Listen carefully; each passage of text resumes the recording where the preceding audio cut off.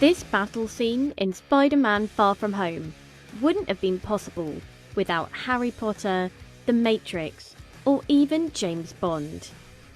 The midway fight sequence, called the Illusion Battle, was partly inspired by these movies. Although the movie's visual effects were completed by a combination of companies, Framestore was responsible for this thrilling section.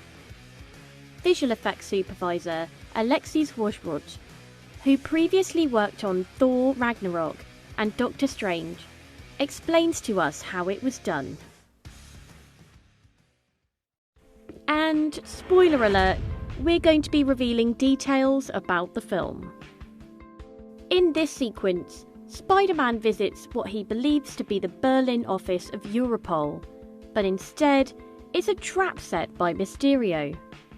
The villain uses holographic techniques and projector drones to create a sequence of horrifying illusions. I know this isn't real.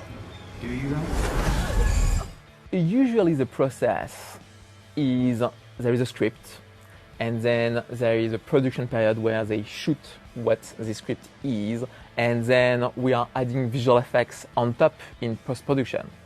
But on the case of this one, the sequence was not locked at script stage. We were concepting at the same time as we were animating shots. To make a sequence like this, the shots must go through different stages, with 120 employees all working in unison. Modelling, texturing, shading, rigging, animating, rendering and lighting the shot. The movie's star, Tom Holland, has his movements recorded in a motion capture suit, which is then passed to the animators.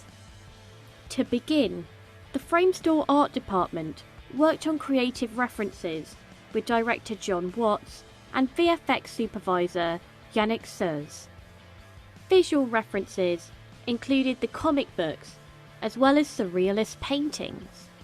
References on YouTube of cool videos that we find there were one where a drone was emitting light. We watched that The Matrix for having a lot of Agent Smith. It was our sequence where there is a lot of Spiderman jumping onto the main Spidey.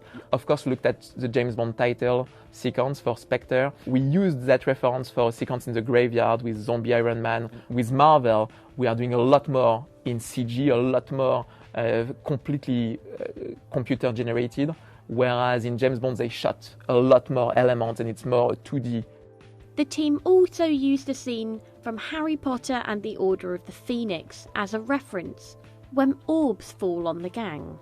We wanted the globes to be actually Mysterio globe, Mysterio helmet to fall, which didn't end up in the movie. We'll even look at Indiana Jones having a giant globe of Mysterio head chasing Spider-Man, the Evil Dead for the mirror sequence. I don't think so.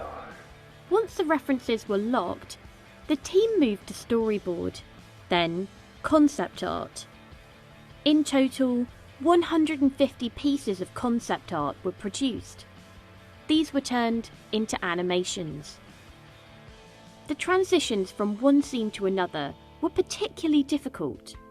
They used an FX-driven transition dubbed the Bath effect, or binarily augmented retroframing, which is based on the transition used by Iron Man in a scene from Captain America's Civil War.